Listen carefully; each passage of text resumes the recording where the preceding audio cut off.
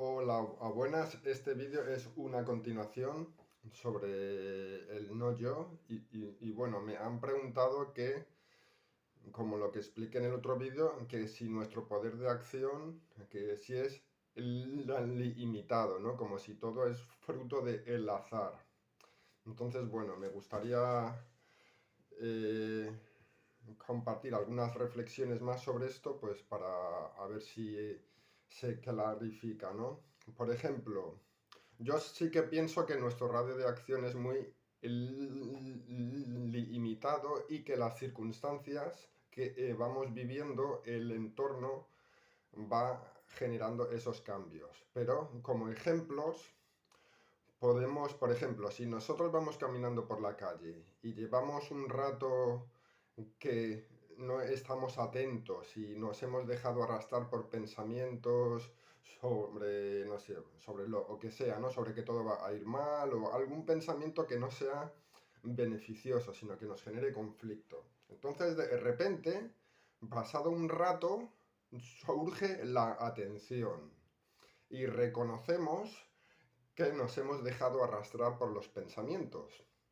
Entonces la pregunta es, si yo tuviera un dominio sobre la atención, yo estaría atento constantemente. Yo no hubiera estado unos 10 minutos dejándome arrastrar por malos pensamientos que me generan sufrimiento, sino que hubiera estado atento. Pero sin embargo, como no hay un dominio y como la atención no depende de que haya un yo, sino que se den las condiciones para que surja la atención, pues justo en ese determinado instante surge la atención. Y entonces me doy cuenta de lo que está pasando y eso da pie a otros factores mentales como la visión de lo que está pasando. Entonces es una acción que se realiza debido a unos factores mentales. Probablemente la práctica de la meditación es cada vez que nos sentamos en nuestra casa y decidimos estar un rato simplemente practicando meditación, ya se está desarrollando las condiciones para que la atención surja con más frecuencia y un resultado es que en vez de darte cuenta, pues pasado media hora, pues es posible que se haya reducido los intervalos entre los que surge la atención. Por ejemplo, cada vez que practicamos meditación formal, podemos reconocer cómo la mayoría de las cosas que surgen en la mente no surgen porque nos piden permiso, porque nosotros voluntariamente comenzamos a pensar, porque muchas veces empiezan a surgir pensamientos sobre cosas de que han pasado o a lo mejor sobre planes que tenemos que hacer, pero en ese instante nuestro propósito es estar meditando, simplemente reconocer la respiración, reconocer todo lo que surge, pero sin embargo nos damos cuenta cómo no paran de surgir pensamientos, cómo surgen apegos, surgen miedos.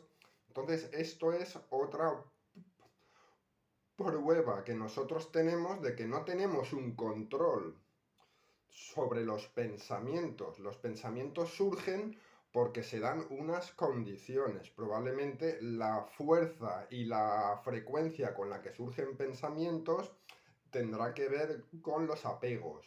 Cuantos más apegos tengamos, más miedo, más deseo, más aversión, más fuerza van a tener los pensamientos y van a salir más frecuentemente. El hecho de meditar y de comenzar a darnos cuenta de los apegos para debilitarlos va reduciendo la cantidad de pensamientos que van surgiendo. Entonces, yo en mis meditaciones me gusta practicar el no hacer nada.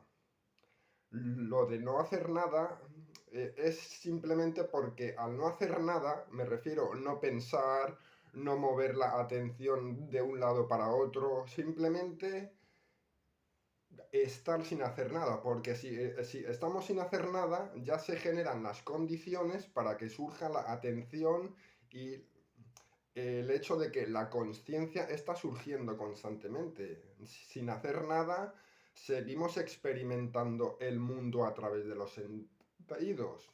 Entonces, no hacer nada también ayuda a que se den las condiciones de que surja la atención de lo que está aconteciendo.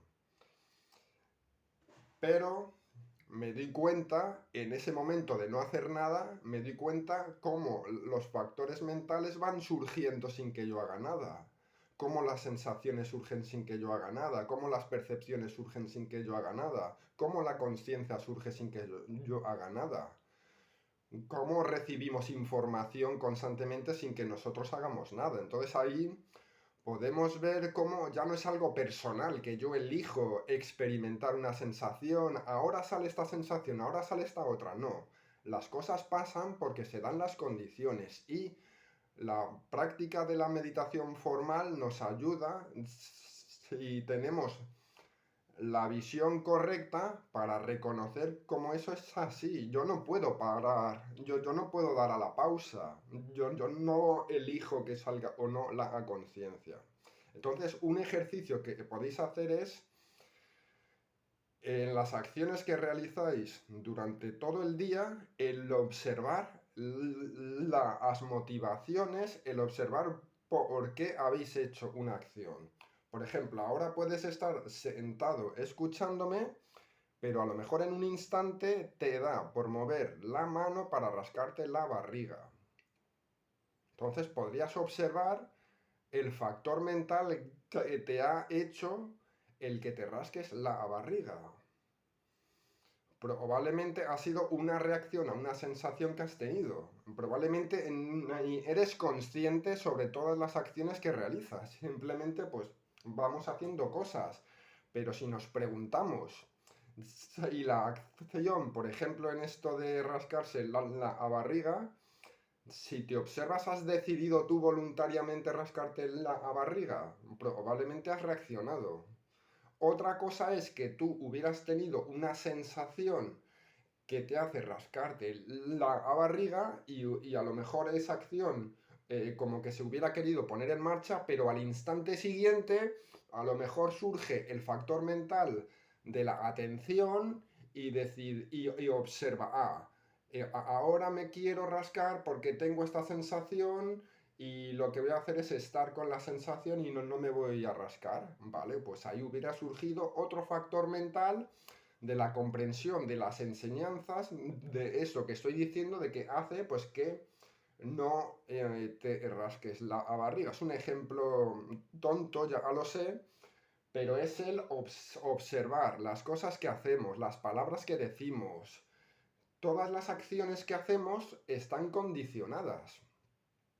Entonces, volviendo a la pregunta, ¿nuestro poder es limitado? Yo creo que sí. Lo que pasa es que las circunstancias, el entorno va condicionando y todas las experiencias que tenemos pueden dar las condiciones para que se cambien factores mentales y entonces a su vez van cambiando las acciones que realizamos.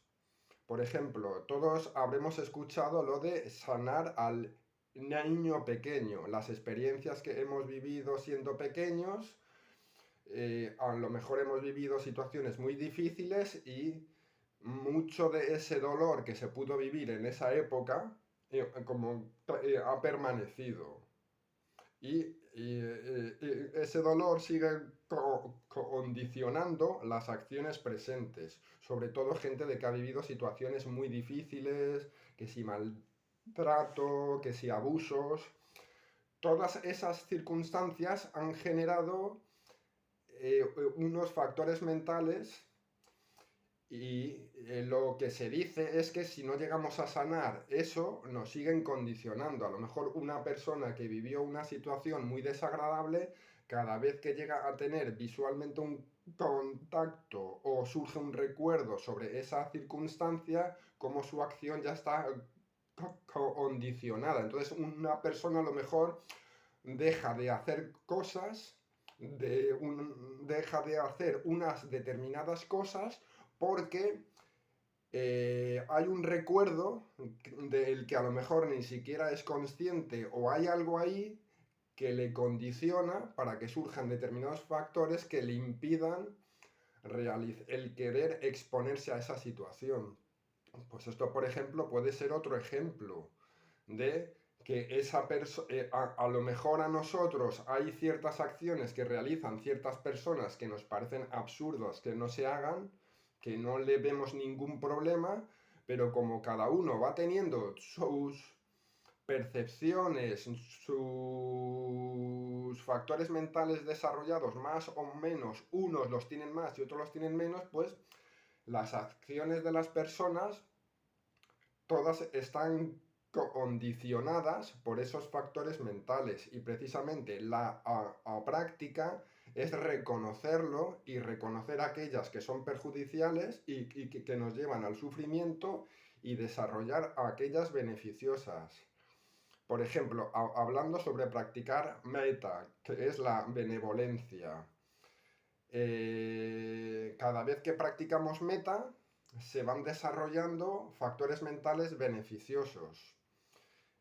A lo mejor en un principio a mí no me sale practicar metta, de desear que todos los seres estén bien, que sean felices, pero haber escuchado las enseñanzas ya genera las condiciones y ya genera los factores mentales para que me dé por intentarlo, por probarlo, por decir, venga, pues vamos a ver qué tal. Entonces, de hacerlo, ya puedo ver los beneficios. Anda, mira, pues he hecho esto, veo que me siento bien, veo que me puede ayudar y eso a su vez va generando otras condiciones.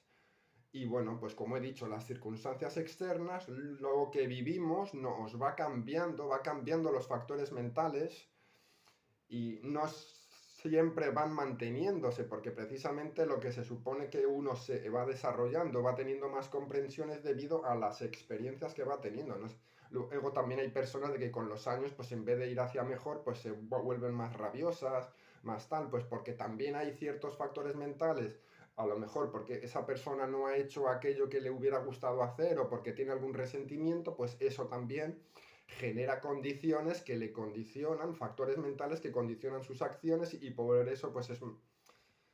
Entonces, el poder que tenemos es limitado, pero hay esa posibilidad de cambio debido a las experiencias. Pues bueno, espero que haberme explicado más. Mi intención es hacer más vídeos sobre este tema. Si tenéis preguntas, os animo a que los pongáis en los comentarios.